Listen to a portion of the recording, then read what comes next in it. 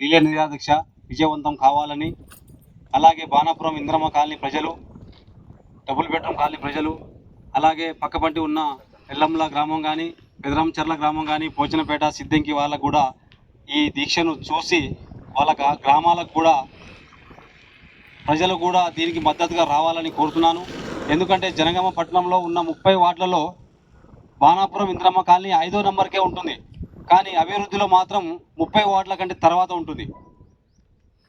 అదే అనుకున్న తరుణంలో మా బాణాపురం ఇంద్రమ్మ కాలనీకి శ్మశాన వాటిక లేదని చెప్పి మొన్న 4-5 సార్లు కలెక్టర్ ఆఫీస్ ముందు ధర్నా చేయడం జరిగింది, వినతి పత్రాలు ఇవ్వడం జరిగింది సిపిఎం పార్టీ తరఫున.